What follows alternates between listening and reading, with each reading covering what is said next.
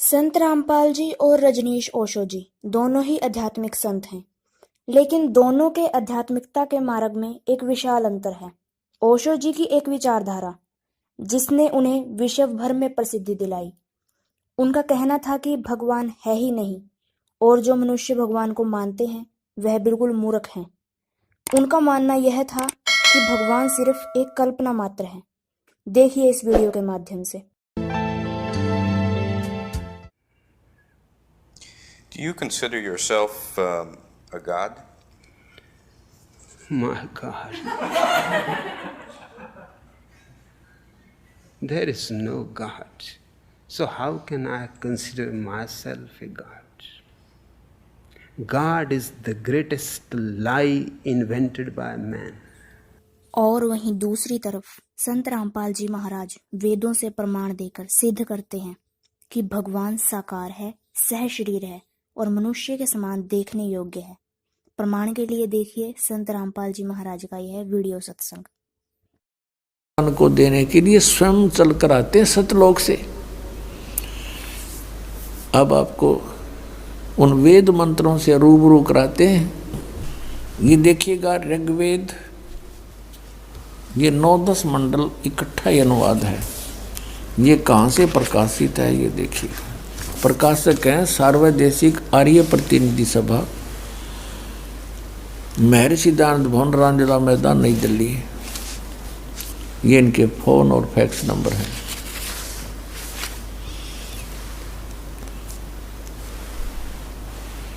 मुद्रक हैं Prince offset printers, 1510 Pataudi house, Daryaganj, नई दिल्ली से। वेद मंडल नंबर 9, सूक्त 86, मंत्र 26। यज्ञ करने वाले यजमानों के लिए, धार्मिक अनुष्ठान करने वाले भक्तों के लिए, यानी भक्ति करने वाले भक्तों के लिए परमात्मा सब रास्तों को सुगम करता है, उसके रास्ते खोल देता है, उनके विघ्नों को मर्दन करता है, उनके संकटों का निवारण कर देता है, समाप्त कर देता है, उनको पवित्र करता हुआ और अपने रूप को सतलोक में परमात्मा का स्वरूप तेजों में है। एक रोमकूप में करोड़ सूर्य मिला दे, करोड़ चंद्रमा, तो भी रोशनी परमात्मा के एक रोमकूप की अधिक है।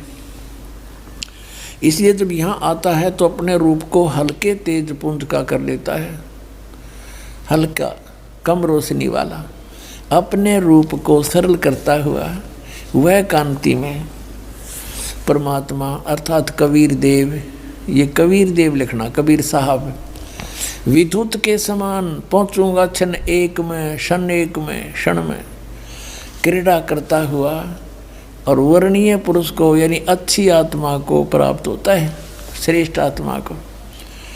अब 27 में बताया है, ऋग्वेद मंडल नंबर 9, सूक्त 86, मंत्र 27 में कहा है कि जो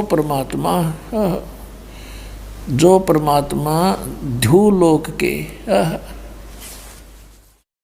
दिवसे तृतीय पृष्ठे, ये है सतलोक के, दिवलोक के तीसरे पृष्ठ पर विराजमान है, वहाँ रहता है और प्रकाश रूप है।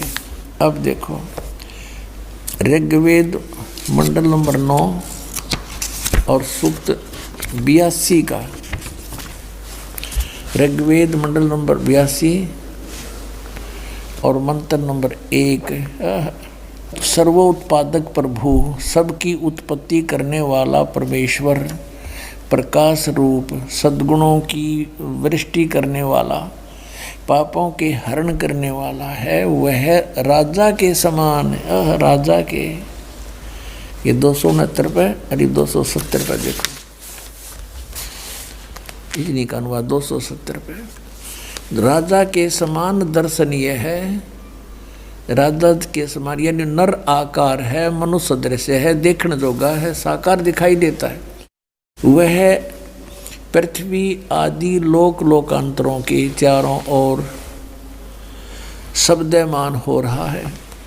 वह वर्णीय पुरुष को, श्रेष्ठ भगत को, श्रेष्ठ आत्मा को, जो दृढ़ भक्त है उसको पवित्र करता हुआ प्राप्त होता है।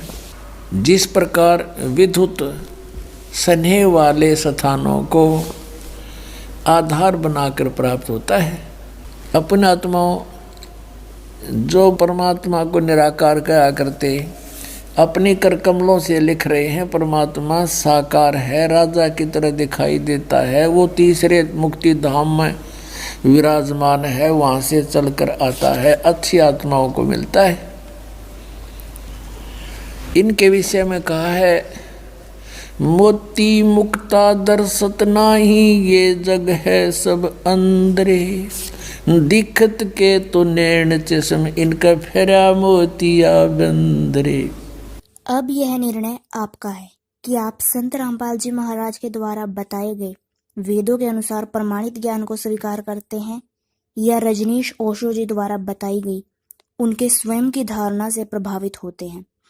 अगर आप संत रामपाल जी महाराज का ज्ञान सुनना चाहते हैं तो हर रोज शाम को 7:30 बजे साधना चैनल पर उनका सत्संग देखना ना भूलें।